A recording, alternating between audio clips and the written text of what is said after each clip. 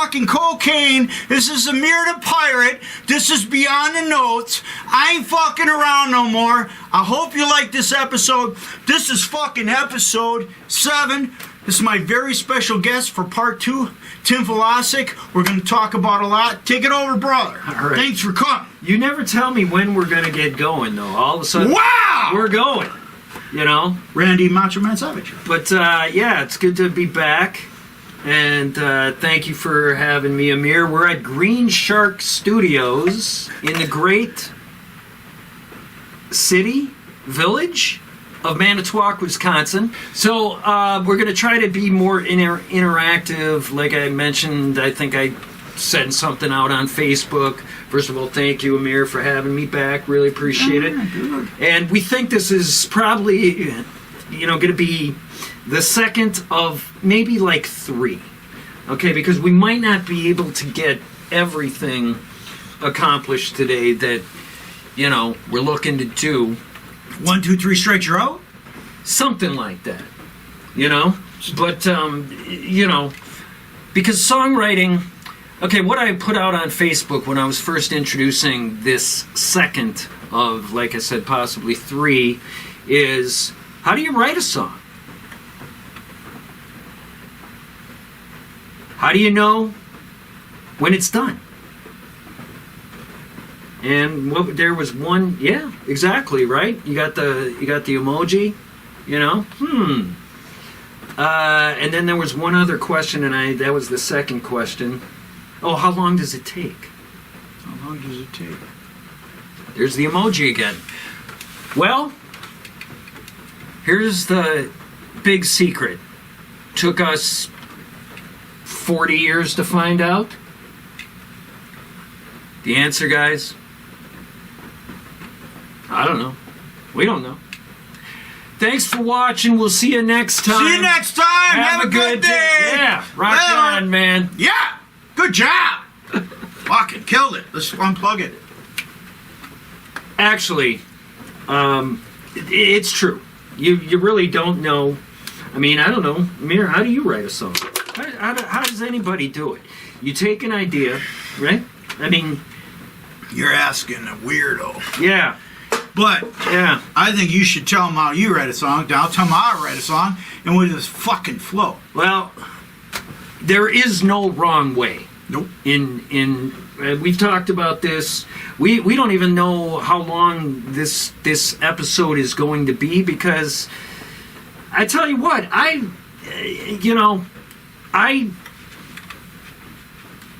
will change something. I mean, there's a couple of songs I'll play later.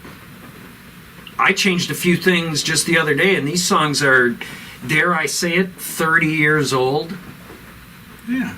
They're about 30, 40. They're about things that happen in my life. When, if you ask me how do I write a song, it has to be an impactful moment. Okay? It could be anything. I think I talked about it last time. There's an instrumental that I wrote when I felt that there was change in the air. My birthday is toward the end of August. Kapow! Yeah.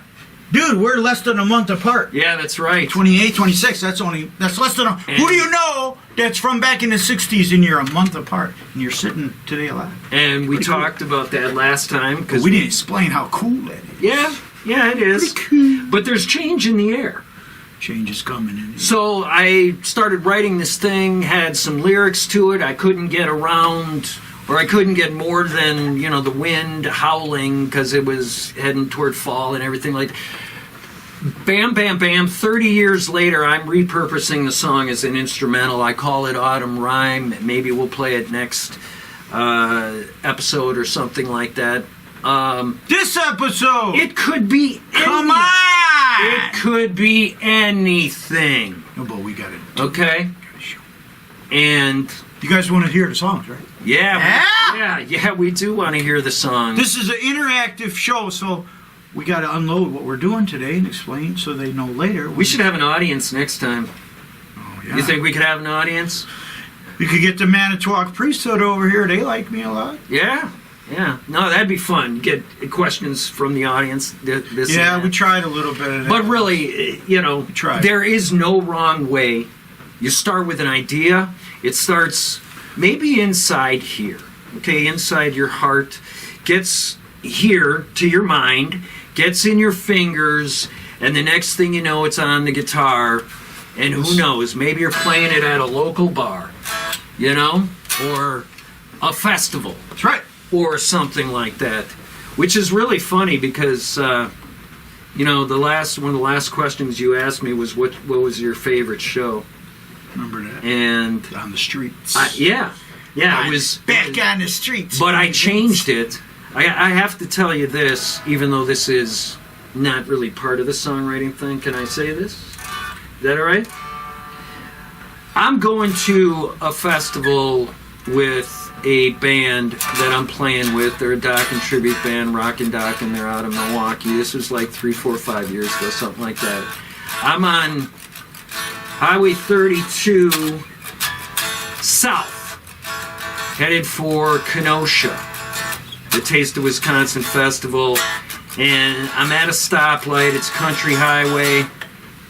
See a couple on my left. They're on a bike, on a Harley, man and a woman, and I'm like, what a beautiful day. I wonder where they're going. And I went to the show, played the show. The guy came up to me and said, yeah, we saw you at a stoplight, man, and, you know, and honest to God, that's how it went. I saw them at a stoplight, have no idea who they were.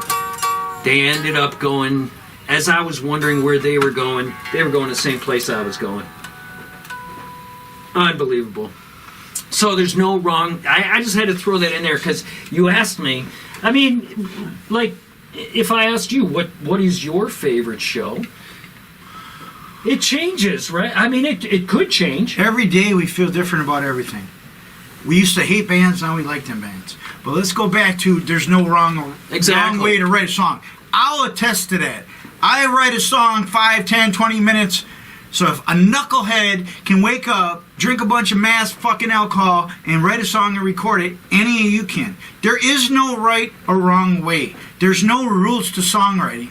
If you went to Juilliard, that's fine. You got more theory, that's great. I ain't arguing with fucking education. But I'll tell you one thing. There is no wrong way to write a song. If you write a song and it's out of tune and it sounds good to you, fucking put it out there. Don't be a pussy. Don't be a chicken. Put your shit out there, you're gonna die one day. Amir the Pirate, that's all I got to say about that. Yeah, you know, sometimes every once in a while, just take a chance. Take a chance. Just take a chance, man. Yeah, Somebody, do the best. yeah, take a chance on me. Take a chance on me. For the youngins out there, ABBA was a band from Sweden, right?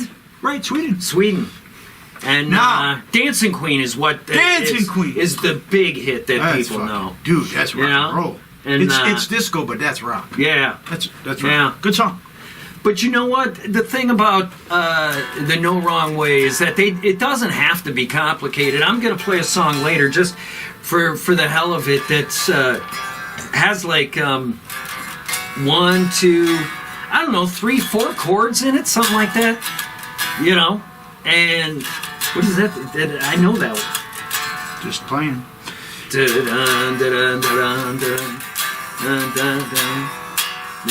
That sounds like something. What makes you right? What is it that makes you right? So it's what? It's the inspiration that you're asking about. Yeah, like I said, it could be an impactful. Break it down. It's got to be, not could be an impactful moment. It is an impactful moment that causes you to stop and think, okay, for one thing, and then for you to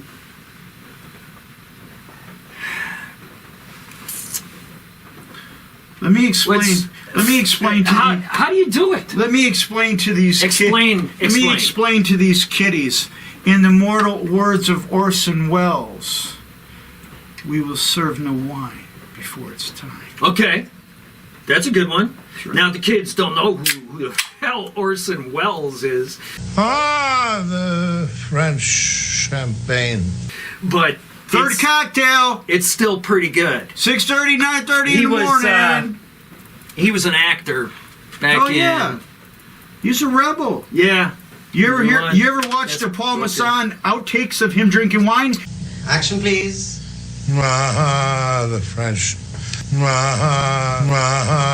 He's smashed. Yeah. He's talking shit. Paul Masson. Give me my fucking buddy. Paul Masson, huh? Okay.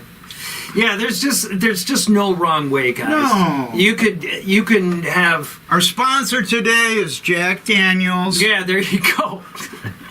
They graciously gave me Amir a is case. brought to you by Jack, and what else is there? Watermelon. It says watermelon punch. Watermelon punch. Amir is brought to you by that. Did you guys check out my new Yeah. cat shirt?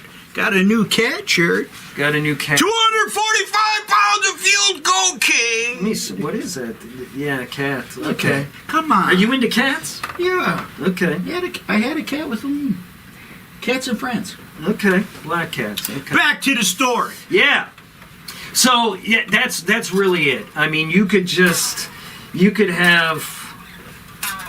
There's just no wrong way. If you guys, Paul McCartney, he said this from the time that he was probably in his early 20s till now, in his early 80s. Okay, he said the Beatles knew about 3 chords Right. when they got together, and they were working on B7. So they know like 4 chords, and they become like the most famous, influential rock and roll band. First they were slow. They were songwriters. drunk. They were like, love me do. And then all of a sudden they were like, someone gave them some cocaine. You think? Yeah, they partied. I think it was LSD that got them. Oh, yeah, true. But that's what made their songs even more interesting. I Want to Hold Your Hand is a cute But little think ditty. about drugs. Why but are it's- drugs illegal? Why would anything But on it's- earth be illegal? It's stupid. You can do what But we you don't want. condone them. I do. Oh, you do? Okay. Okay. But, public forum, In a public forum. we don't condone them. I do. He does. Okay, he does too. I'm allowed. I Want to Hold Your Hand is a cute song, okay? But it's not as interesting as, like, Lucy in the Sky with Diamonds. Strawberry Fields Forever. All, See, I mean, I just, can tell you you're know. more Beatles and I'm more Stones. Yeah. We're the Clash of the Titans, folks. You heard it here. Good night. Have a good evening. Well- That's the end of the show. Yeah. Come back next week to Yeah. see part 8. Yeah. Good night. So that's really it. Is that there are no rules. That's the beautiful part. There are no rules. Art is art. It is subjective. You mentioned that you were working on a song in regard to music being subjective. Music is subjective as the And title. Yep. it's whatever's inside of you that you want to get out. Right. That's what it is. And I wouldn't play the diminished 7th Yeah. over the 9th and the A minor. You did it wrong, Amir. Here, Yeah. fuck you. there's a song I'm gonna Fuck play you. A little later. I think we're gonna do a video Sooner the better. for it. And it is, there's a particular key change in the first verse. I had a buddy who's, he's a bit more music theory guy than I am, and he's like, you can't change keys in the Mark? in the verse. Mark? No, it's David. Hey, David. Yeah. You're full of shit. Hey, Yeah. Mark. There ain't no rules, Mark. Mark, I know what they told you. They told you wrong. Yeah. There are no rules in music. Hey, music. I can't even. I mean, it sounds a little bit, like dissonant, but that's what gives music. I mean, everything. It has to. What's that? What is that? It's Al Pacino. Oh, okay. I was like, I need to put my glasses on just to see that. What movie is that? Scarface. Okay. All right. See, people that had seen that movie would know that, but I didn't. I've seen snippets, but I have not seen that movie. But that's kind of where you know what I mean? I mean, there's no wrong way, guys. No. Okay, we got a question for you. What makes your songs unique? Big question. Well, for one thing, I noticed that a lot of songs, familiar songs, a lot of them have cliche titles, lyrics, different things like that. I try to stay away from cliches. I will say this as well, and I will mention this again.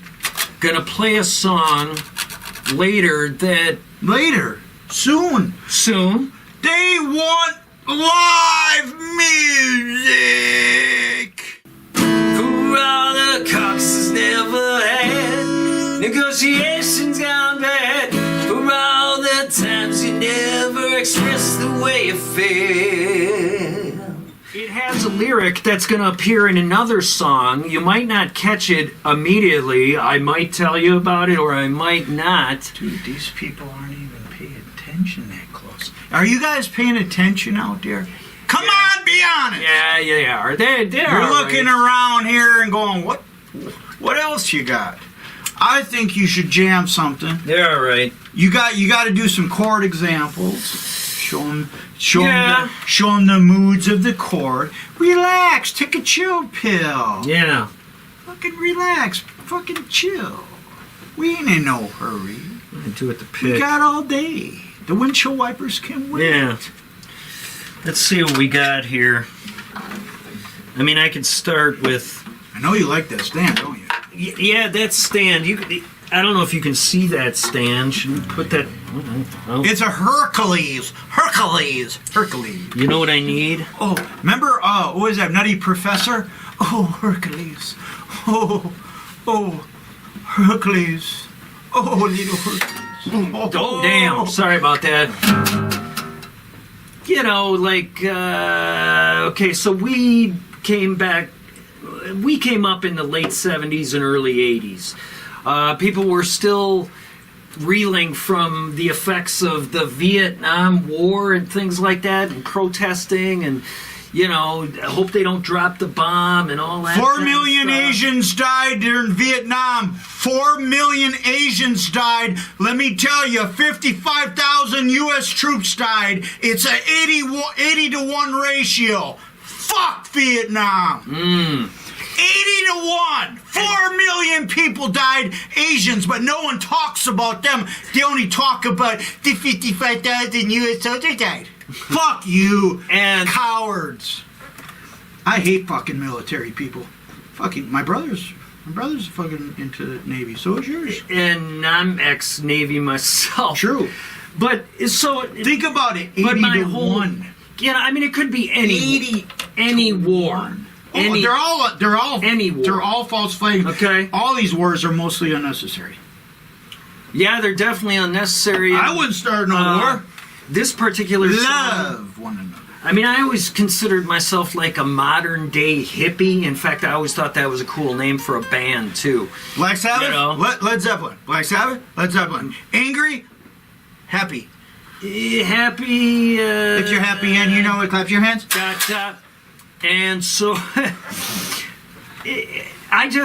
I could picture, like, if you've ever seen, like... See, dude, why'd you have to bring up Vietnam? Why'd you have to do it? It doesn't have to be Vietnam. It could be any war. It could be anywhere. It could be... Frank Zappa. Anything. I could picture, if you've ever seen, like, college kids in the 60s, they're sitting around a tree, okay, and they're studying their, you know, books and things like that, and there's one guy who's probably a Bob Dylan freak or something like that, and he's like, you know, he just wants to make peace, you know.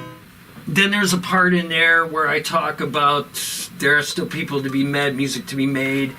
Some of them brilliant, some of them pale, some just a whiter shade of pale. Whiter shade of pale. Procol Harum. So when it comes to songwriting, I remember when my guitar teacher told me, hey, certain chords kind of evoke certain emotions. So you have, this is C. somewhere in the middle, you know, kind of just rolling along.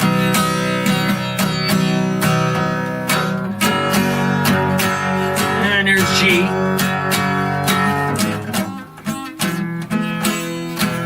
F is a little happier.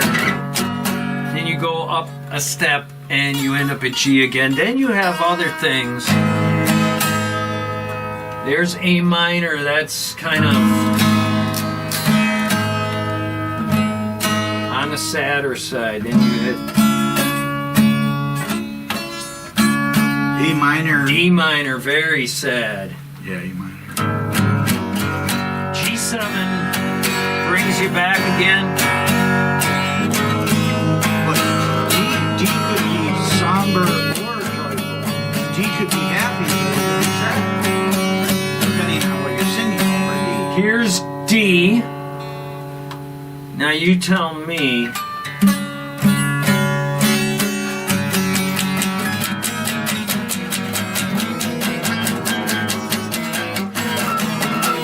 Now you said that it could be happy or sad. Yeah, think? because if you're Very singing good. sad, but now if you sing jangly, see, it changes. Very Well, good. Yeah. Yeah. G, E, C, D, A. Yeah, 5. you can know 5 chords. That's it. You've written how many songs? 550 to 600 songs. Unbelievable. True story. Unbelievable. I've only heard like 15 of them. or Well, I something got like- a couple hundred on YouTube, so if you're doubting the 200, Yeah. there must be more.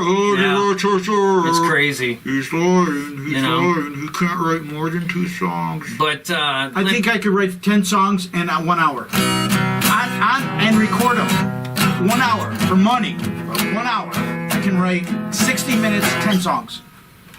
It wouldn't be no fucking goddamn big fucking orchestras. Yeah. But, I mean, right off the top of your head, I was a little boy.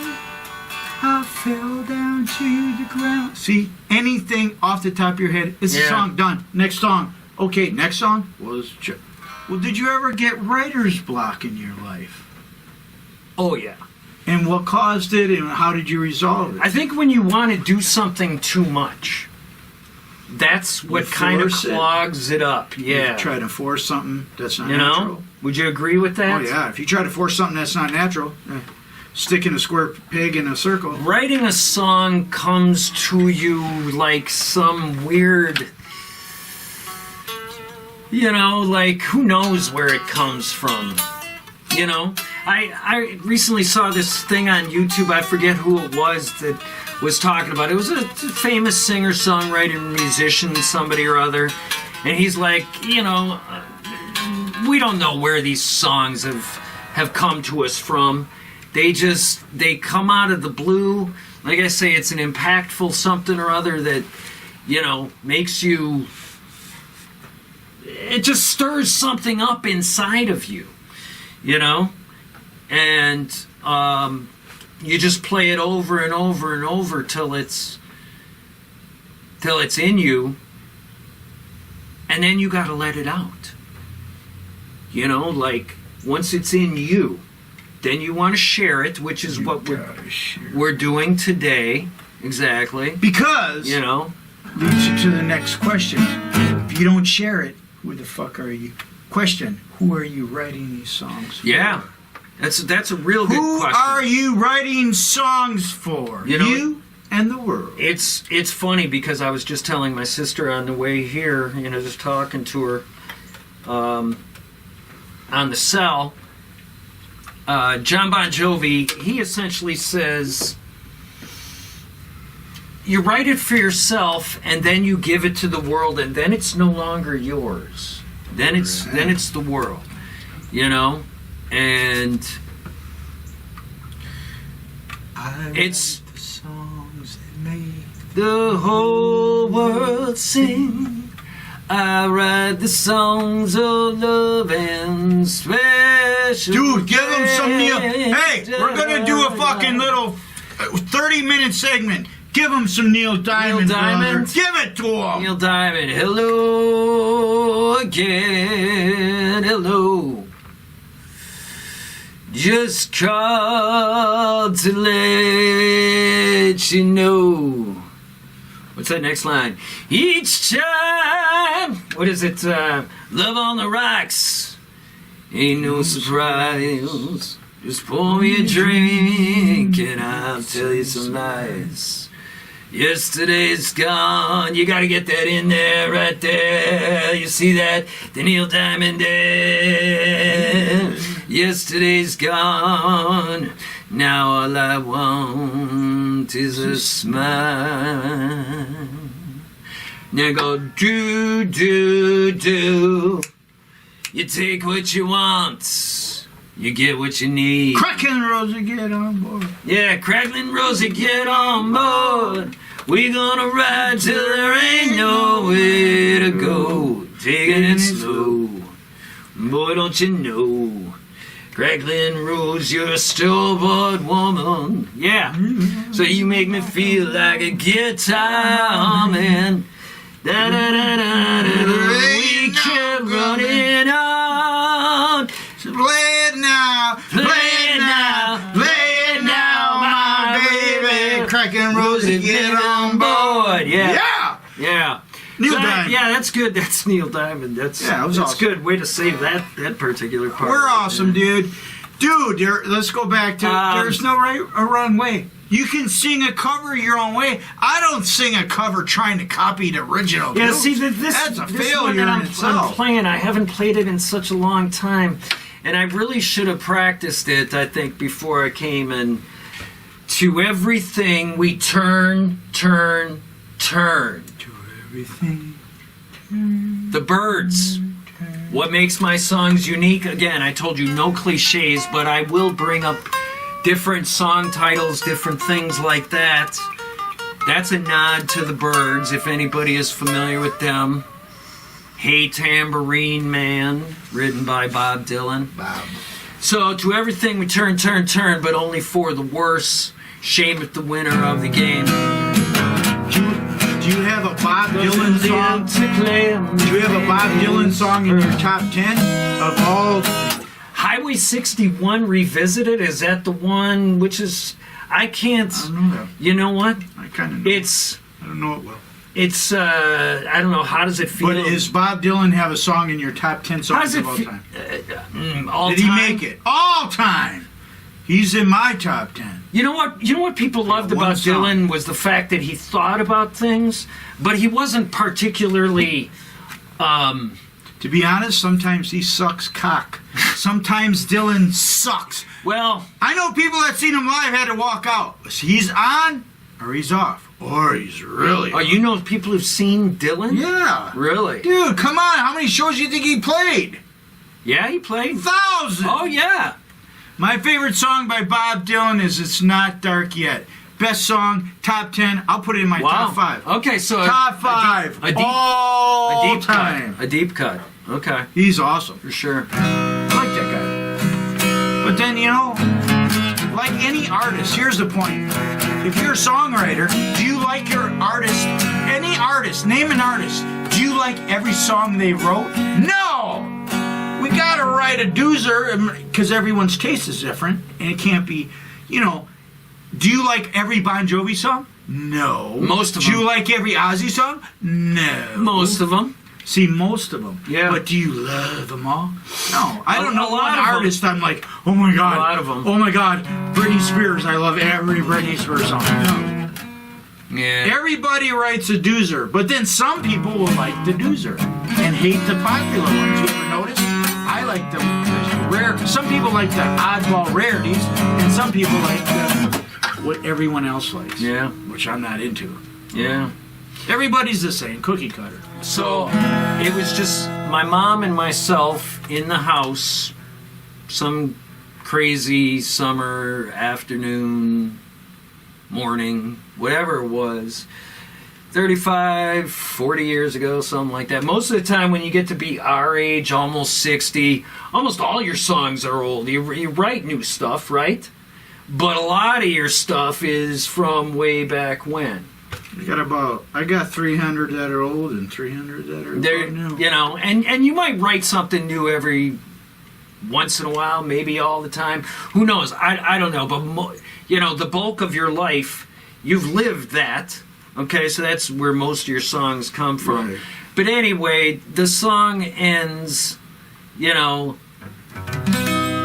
so take my hand and kiss my lips, and pray in heaven we'll meet. And I will pray that I don't die before this song is complete. My mom said, why don't you change that to, so take my hand and kiss my lips, and pray in heaven we'll meet. And I will pray that I don't die before my life is complete. Change the word. That's the Change the Word song of the day. Yeah! We've come to the final question of Beyond the Notes with my very special guest, my brother, who has been graciously enough to come out to the Green Shark Studios. And the question is, my friend, what lessons have you learned about songwriting on your journey? Well, it's like I said in the first podcast, that you could write the best thing, or something that you're really, really proud of, and you put it out there somewhere, okay, whether it's on YouTube or if it's just a kitchen gig for family and friends, and it could be like you're in the village square and people could be bringing you a blanket and they could be going, we bow down to you for you writing this. Or it could be like they're stoning you to death in the street. That's the thing that I've learned, is that music is subjective. How has your life changed by How has your life changed by songwriting? Without songwriting, opposed to with. How has your life changed? Because it gives my life meaning. It gives my life meaning. It gives my life meaning. There you go. Great answer. That's the right answer. Is that the right answer? Goddamn right. He's going to go to church. Yours truly might be passing that church. But yeah, doesn't it? I mean, you always say that. You said, I don't know where I'd be without music. Oh, absolutely. I'd be lost. I'd be a fucking basket case. Music saved my life. I tell people all the time, music itself saved my life. I wouldn't be here today without music, because I had nothing to grasp and hold on to. I would have nothing to hold on to when all the people leave you. At the end of the day, music's your comfort zone. Music's your best friend and never fucking alienates you. Take that to the bank. Spiritual, man. Spiritual. It's something higher Absolutely. than just what we deal with on a daily basis. Absolutely. People in their lives and things like that, they reach out to music and it touches them in such a way that, it can't be explained. And that's why we were, when we talked about this, it's like one podcast. Well, let's maybe do two. Well, we might be able to wrap up 3 songwriting in 3 podcasts. Then I'm thinking, you know what? I could talk about songwriting. This motherfucker could talk to the end of eternity if you keep the camera on. This motherfucker's head is like the earth. There's all kinds of crazy shit in there. But I'm just like him. My head's the same way. The more you fucking open up, the more you got to say. Goddamn right. Goddamn right, nigga. Mother, what you got on my 40? You got some money on that 40, nigga? So, how do we wrap it up?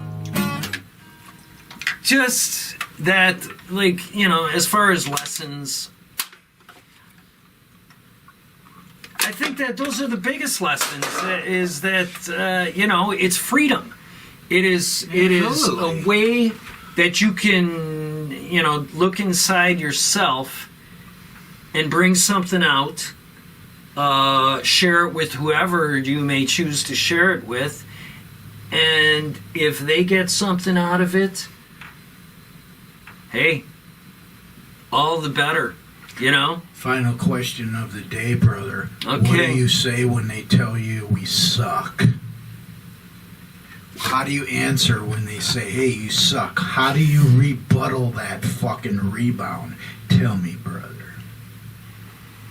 If they say you suck at, it doesn't matter what, right?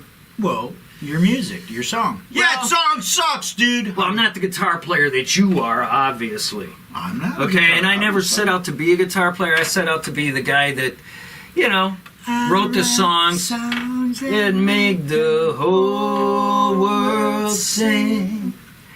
I write the songs of love and special things. Da da da. I write the songs that make the mature Young women girls cry. Yeah, it's mature women now. Barry Manilow. I write the songs. But Barry Manilow was an ugly motherfucker, but he wrote badass songs. I rest my case. You don't need to be some badass fucking good look. You don't need to be extra suave. What's that guy on the fucking books? You know who wrote that song? I Write the Songs? I Write the Songs. Barry I Manilow? believe it was Bruce Johnston from the Beach Boys. I believe he wrote that. Oh, that's new. Barry wrote the music. I think Bruce Johnston wrote the lyrics. Something like that. It's You don't need Long to be as- Fabio to write a romance novel. And that's it. This brings us to the conclusion. This is Beyond the Notes, episode 7, with Mr. T.A. Tim Vlosich. You guys take it easy. Thanks for coming out. Hope we taught you guys. I love you no matter what. Hope you guys enjoyed it and you learned a little something here and there, kind of whatever.